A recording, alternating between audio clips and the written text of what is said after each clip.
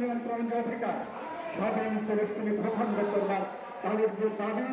সেই দাবির প্রতি আমরা আমাদের পুরোপুরি সংহতি, একাত্মতা এবং সমর্থন আমরা ব্যক্ত করছি। বাংলাদেশ সরকার ইতিমধ্যে আমাদের দাবি অনুসারে আমাদের পাসপোর্টে অ্যাকসেপ্ট ইসরায়েল বাদে যে প্রভিশন হাসিনা